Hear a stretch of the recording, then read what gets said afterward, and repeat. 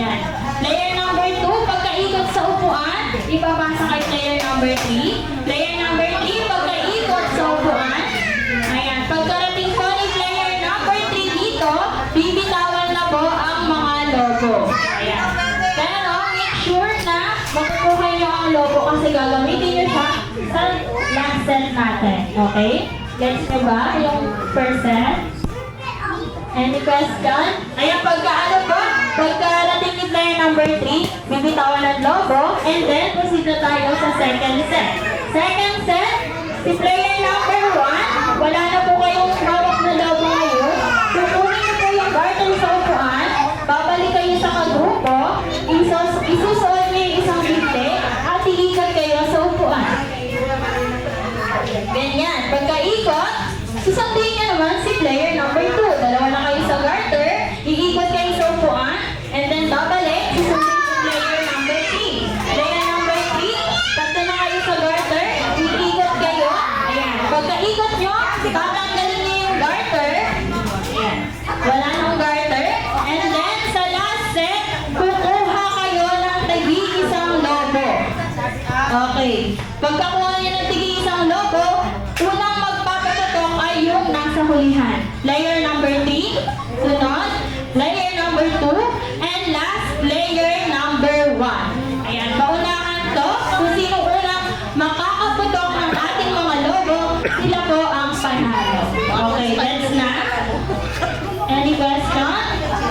Ay, wala na. Okay. So, umpisa na natin ang ating game. Balloon with or with a twist, and 1, 2, 3, go! Okay, go. Wala na. Ayan, sige ma'am, ipitin mo. Ipitin mo yan.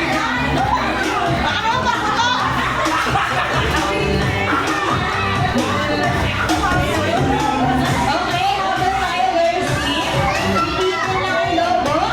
Pwede mo balon? Ayan. Okay, second set, garter.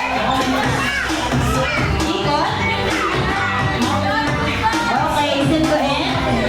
Ikot. Okay. Ikot.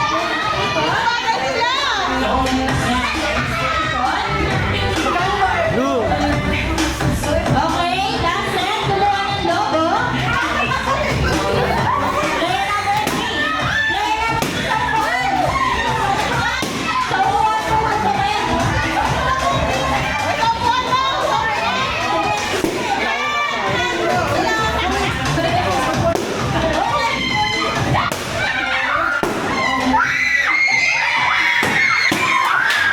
Ayan, okay, wait lang. Okay, ayan, nasa yung mga garter. Ayan, parang may naririnig akong run sa mga girls team. Ayan. Girls team, anong violation ng boys team?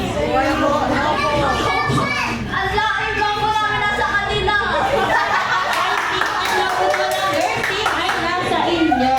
Ayan, kayo ang unang nakatapos ng ating game, pero may nakita lang kami violation sa inyo. So, ayan. So, this time, magbibigyan muna namin ng game prize sa young girls team. Okay, so, boys team, i-explain ko kung ano yung maging violation nyo. Pwede na po